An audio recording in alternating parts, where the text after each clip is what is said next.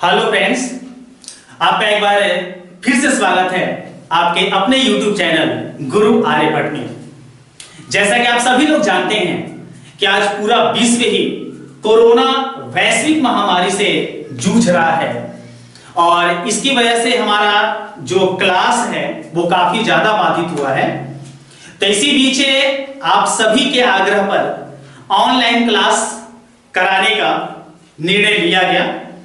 तो आज ये ऑनलाइन क्लास का आपका शायद पहला क्लास होगा और इस क्लास में आप काफी अच्छे से सीखेंगे और हम उम्मीद करते हैं कि आप जो क्लास में सीख पाते थे उससे काफी ज्यादा अच्छे से इससे ऑनलाइन क्लास में भी आप सीख पाएंगे।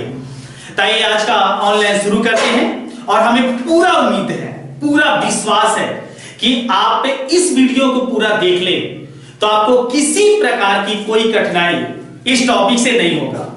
आज हम एक स्पेशल टॉपिक आपके पास लेके आए हैं। इस टॉपिक में अगर कोई प्रॉब्लम होता है तो कमेंट बॉक्स में जो भी गाली आपको लिखना हो वो लिख सकते हैं।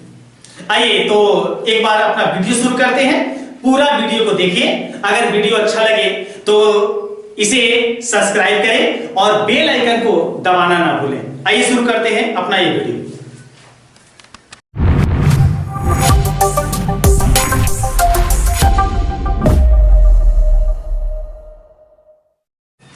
हाँ, तो आज का मेरा टॉपिक है काफी इंटरेस्टिंग होगा और काफी रोचक होगा। हम पहले बता देते हैं, आप लोग अपना पूरा योगदान देंगे, हमें ऐसा उम्मीद है। और यदि आपको मैथ से डर लगता होगा तो आज अपना फेवरेट सब्जेक्ट मैथ बना लेंगे, ये हम पूरे गारंटी के साथ कहते हैं। तो इस वीडियो को पूरा देखें और आइए आज का टॉपिक स्टार्ट करते हैं। आज का टॉपिक है अवकलन, जिसको इंग्लिश में बोला जाता है डिफरेंशिएशन। तो इसमें क्या होते हैं, कैसी कैसी जानकारियां होती हैं, इस बात को पहले ध्यान से समझें और हम उम्मीद करेंगे कि जो भी हम आपको बताते हैं उसको एक बार ध्यान से समझें और हो सके इसके कुछ फॉर्मूले होंगे, इसको आप अपने नोटबुक में आसानी से नोट कर लें तो काफी ज्यादा आसानी से इसको आप समझ पाएंगे। तो ये अवकलन जो चैप्टर है ये 12th क्लास के लिए मोस्ट इंपोर्टेंट चैप्टर में से एक है। अर्थात अवकलन की जानकारी अगर हो गई तो सोचिए कि 12th क्लास का 50% भाग आप अच्छे से जान गए।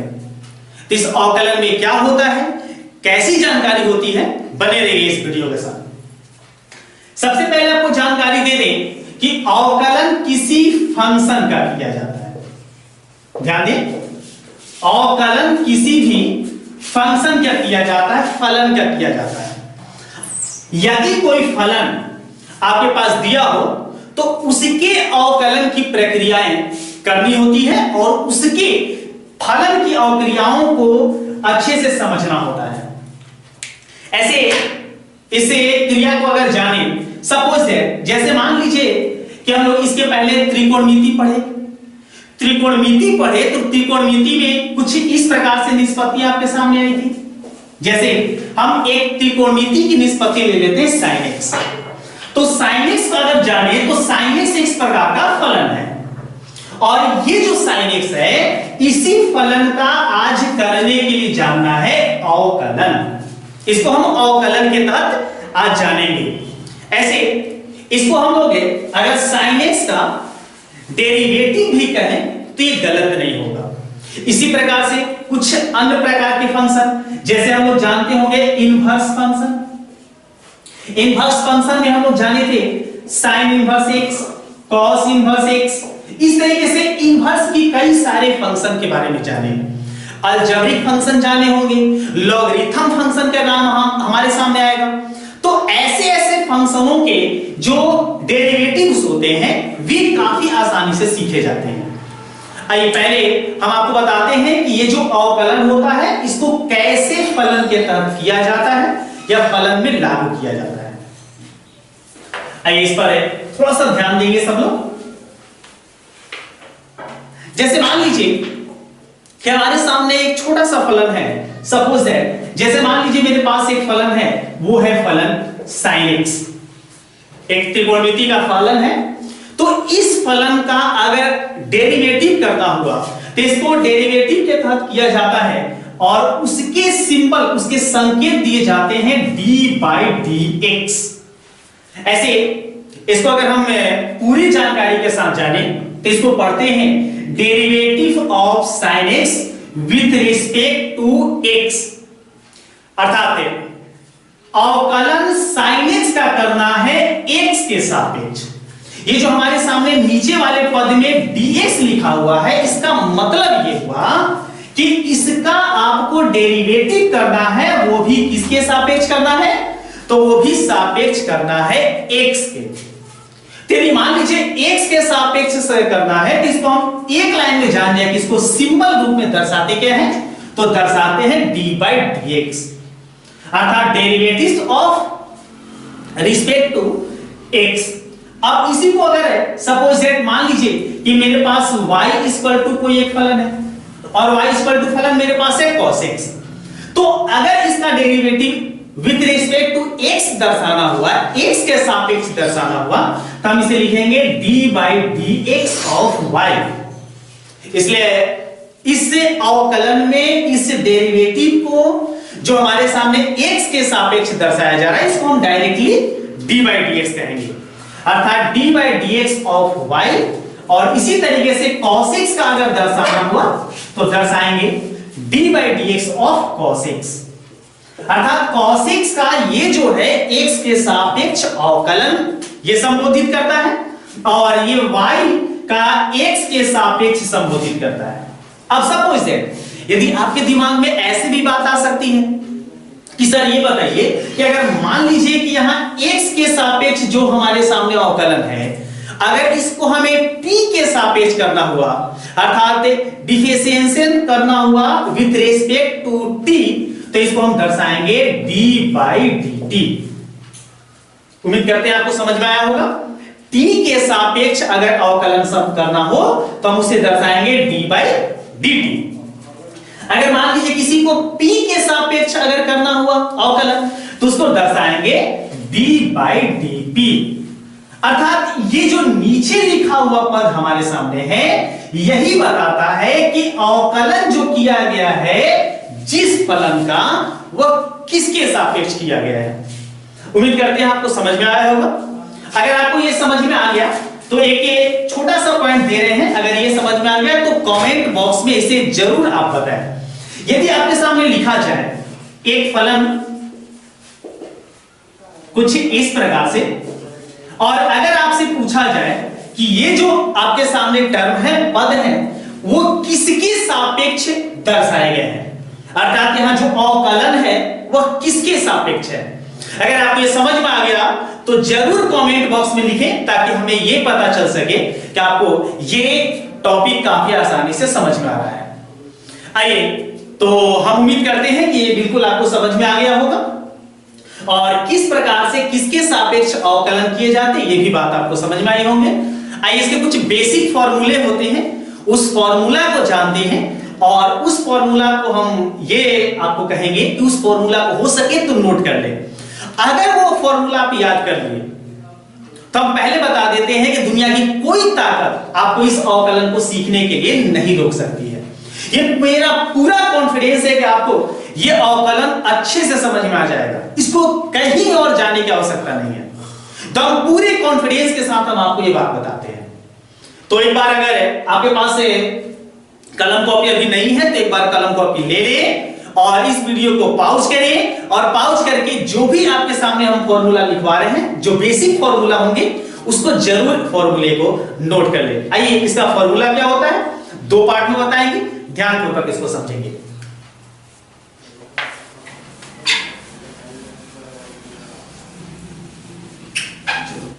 हाँ, तो आइए जानते हैं आपके सामने कुछ विशेष प्रकार के फॉर्मूला जो इसे डेरिवेटिव में एक कह सकते हैं कि काफी ज्यादा क्रांति ला देगी और इस डेरिवेटिव का पूरा इतिहास बदल देगा। तो इसके फॉर्मूले को दो पार्ट में हम आपके सामने लिखवाने वाले हैं। उस फॉर्मूले को पहले समझेंगे और जो फॉर्मूला मेरा पूरा हो जाएगा तो वीडियो को पॉज करके या स्क्रीनशॉट करके उसे जरूर कॉपी में नोट कर लेंगे। तो आइए इसका पार्ट 1 है, काफी बेसिक है, फॉर्मूला होता है इससे डेरिवेटिव का, इस अवकलन का, जिसको कैसे किया जाता है इसको ध्यान से समझें। सपोज दैट, जैसे मान लीजिए पहला चीज, अगर हमारे पास कोई फलन है x और इसका हमें करना है d/dx। अगर इसको हम अपने भाषा में पढ़ें, अपनी साधारण गणित के रूल्स के अनुसार पढ़ें, तो पढ़ सकते हैं d/dx ऑफ x, और x का d/dx का वैल्यू होता है 1। इसी तरीके से d/dx ऑफ c, यहां जानेंगे c जो होता है ये कांस्टेंट होता है। इस पर थोड़ी देर में बात करते हैं कि c कांस्टेंट का वैल्यू क्या होता है, जबकि जाने कि किसी कांस्टेंट का डेरिवेटिव जो होता है वो डायरेक्ट होता है 0। अब थोड़ा जान जाते हैं ये जो मेरा c है ये होता क्या है। Where c is a constant,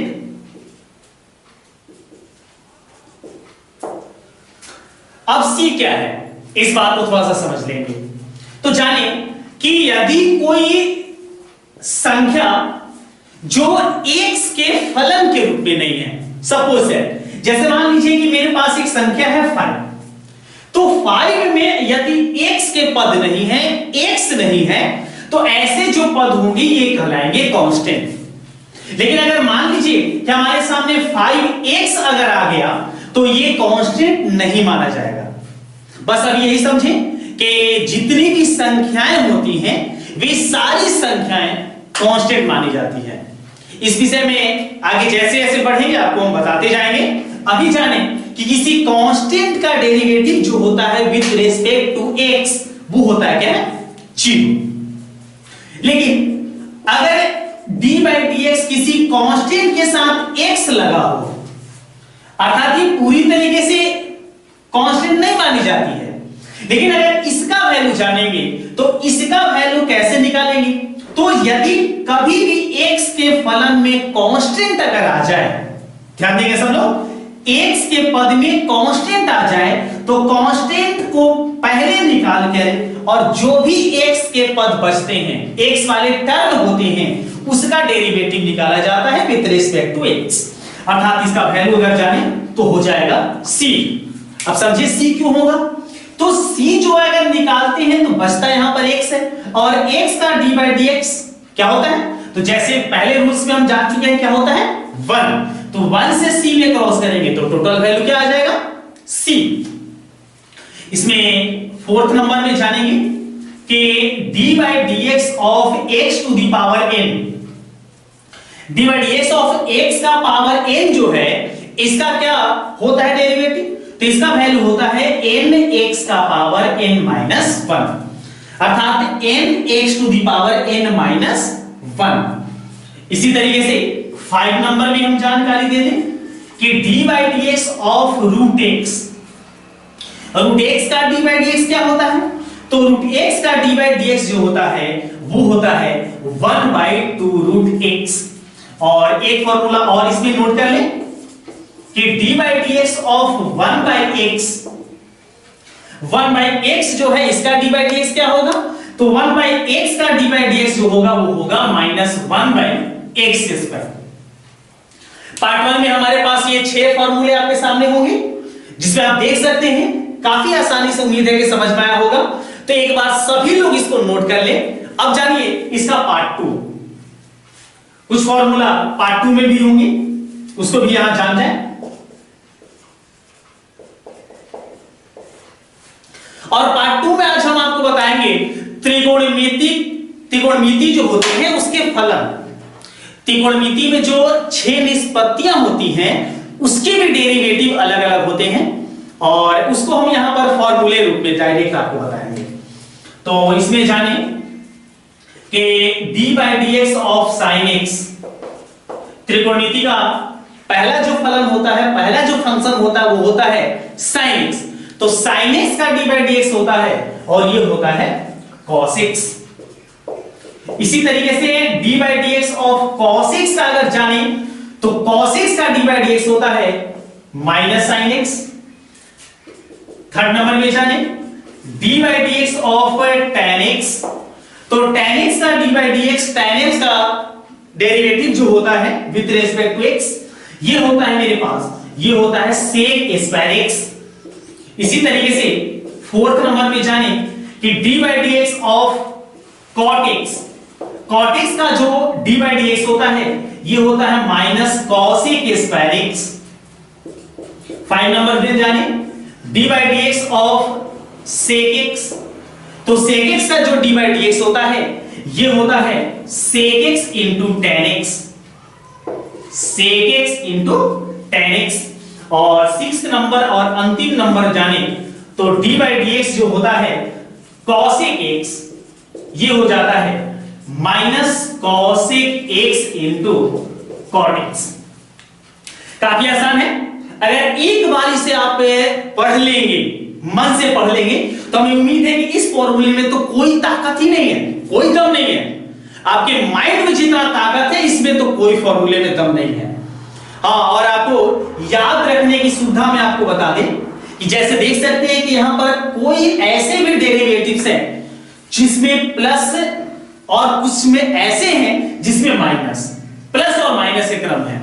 तो इसके लिए आपको एक छोटा सा हम आपको टिप दे देते हैं कि किसी भी त्रिकोणमितीय फलन का जो डेरिवेटिव होता है उसमें माइनस किसमें होते हैं, सबसे जरूरी चीज। तो देखिए माइनस इस पद में, इस पद में और इस पद में। तो अच्छे से इसे याद कीजिए, अच्छे से कॉन्फिडेंस के साथ इसे दिमाग में बनाइए कि माइनस वैसे ही पद में होते हैं जिसका क्रम सी से शुरू होता है।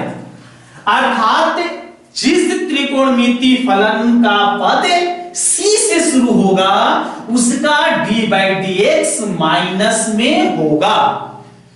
जैसे देख सकते हैं cos x, cot x, cosec x, ये तीनों जो पद हैं c से शुरू होते हैं, तो इसका जो डेरिवेटिव्स होगा, इसका जो d by dx होगा वो माइनस में होंगे। तो उम्मीद करते हैं कि आपको ये समझ में आया होगा। तो एक बार सभी लोग इसको, इस वीडियो को पॉज करके और इस फॉर्मूले को अपने कॉपी में अवश्य नोट कर लें। अगर ये नोट कर लेते हैं तो काफी आसानी से आपको जो इस पर जो क्वेश्चन बनते हैं ये आपके आसानी से बन जाएंगे। तो उम्मीद करते हैं कि नोट कर लें। आइए आगे चलते हैं कुछ क्वेश्चन की ओर। हाँ, तो उम्मीद करते हैं कि आप लोग अभी तक सारे फॉर्मूले को नोट कर चुके होंगे। आइए आपके इस फॉर्मूले पर कुछ हम क्वेश्चन लिए हैं और इसका हम लोग अभी अभी अवकलन करके जानेंगे कि इन पदों का, ये जो टर्म आपके सामने है जो फलन के रूप में है, इन फलन का डेरिवेटिव अर्थात अवकलन कैसे किया जाता है, किस प्रकार किया जाता है, सभी लोग एक बार ध्यान से देखेंगे। और हमें पक्का उम्मीद है, पूरी उम्मीद है कि इनको सीखने के बाद अवकलन पूरे कॉन्फिडेंस के साथ आप बनाने में मजा लेंगे। आइए तो इसे क्वेश्चन में फर्स्ट नंबर है जो दिखाया गया है कि x के सापेक्ष अवकलन ज्ञात कीजिए, अर्थात differentiation with respect to x, x के सापेक्ष अवकलन ज्ञात करना है। पहला पद आपके सामने है जो है x स्क्वायर। तो अगर कभी भी फलन आपके सामने है तो उस फलन का कैसे किया जाता है इस पहले पद को जानेंगे, इसके फॉर्मूले का यूज करेंगे और ऐसे इसके बेसिक भी कॉन्सेप्ट होते हैं और ये बेसिक कॉन्सेप्ट हम लोग 11th में पढ़ते हैं। तो 11th बेसिक कॉन्सेप्ट को लेके आता है, लेकिन चूंकि 12 जो होता है वो फॉर्मूला बेस्ड होता है, इसलिए हम यहां पर फॉर्मूला पर विशेष ध्यान देंगे। तो सबसे पहले अगर कोई फलन हमारे सामने है तो उस फलन को आपको अगर डेरिवेटिव करना है अर्थात अवकलन करना है तो सबसे पहले आसान शब्दों में लिख लीजिए कि differentiation with respect to x।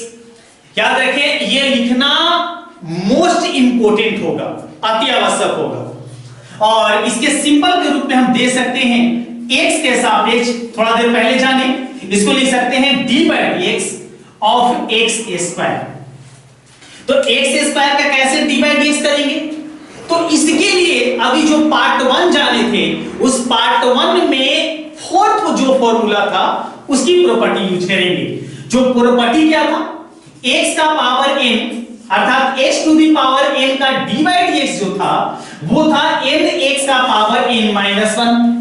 इस प्रॉपर्टी का यूज करके इस x स्क्वायर का डेरिवेटिव निकालेंगे विथ रेस्पेक्ट टू x। अब x स्क्वायर का d बाई dx करना है तो कैसे करें? तो देखिए सबसे पहले ये x स्क्वायर, यहां देखिए x का पावर n, यहां n जो होता है नेचुरल नंबर या कह सकते हैं कोई संख्या है, नेचुरल नंबर के अलावा भी संख्या हो सकती है। तो अगर इसका जो dy dx होता है उस पर अगर गौर करें तो n को पहले लाएं, उसी तरीके से यहां भी x स्क्वायर है 2 को पहले लाएं फिर x लिखें और यहां देखिए x का पावर है n माइनस 1 तो यहां हम कर देंगे 2 माइनस 1। अब अगर x का पावर 2 माइनस 1 करते हैं तो ये वैल्यू टोटल हो जाता है 1।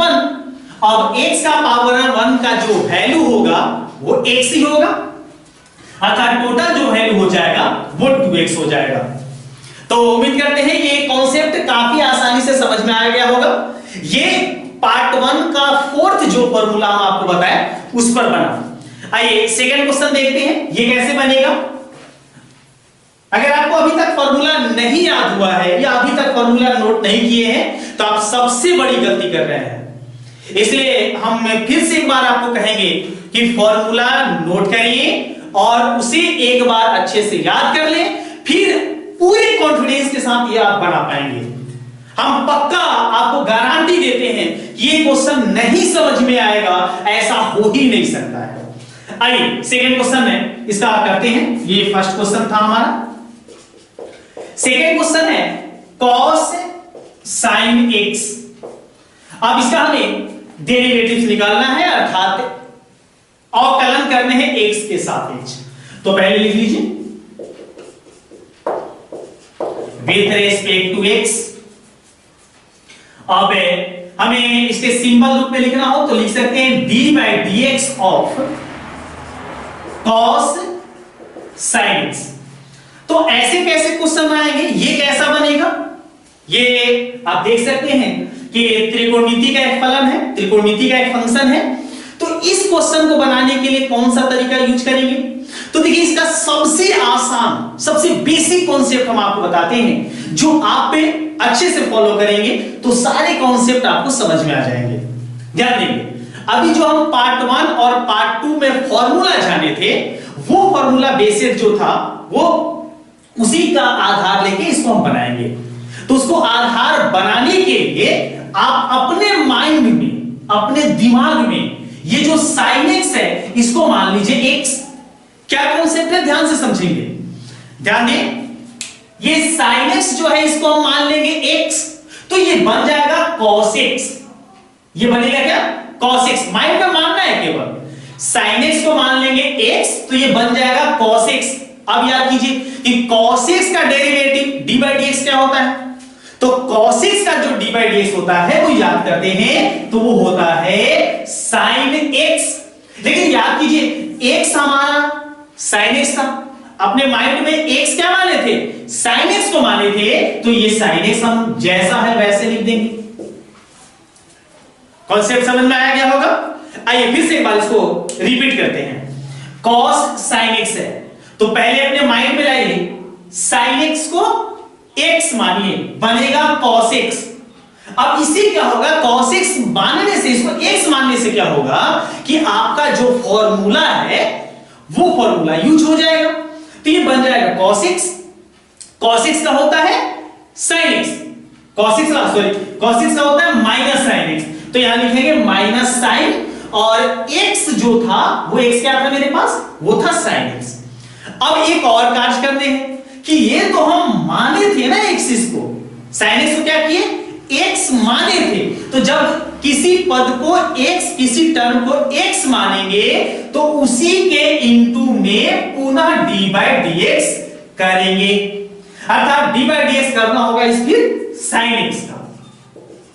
अर्थात जब भी कभी भी ऐसे बनाएंगे तो जिसको आप x मानेंगे उसका d बाई dx जरूर करेंगे। आप क्या करते हैं, तो ये देखिए मेरे पास है sin x इनटू, अब याद कीजिए sin x का d बाई dx क्या है, पार्ट 2 में पहला जो नंबर था उसका था तो sin x का जो d by dx होता है वो हो जाता है क्या, cos x। तो इस तरीके से इस cos sin x का जो हमारे पास अवकलन हुआ, उस अवकलन का मान हो जाएगा minus sin x into cos x। उम्मीद करते हैं आपको आसानी से समझ में आ गया होगा। थर्ड क्वेश्चन आपके सामने है, आइए इसको सॉल्व करते हैं। ये कैसे बनाए जाएंगे और इसमें हम क्या करेंगे। थर्ड क्वेश्चन हमारे सामने है sin ax प्लस b। कैसे सॉल्व करें ध्यान देंगे।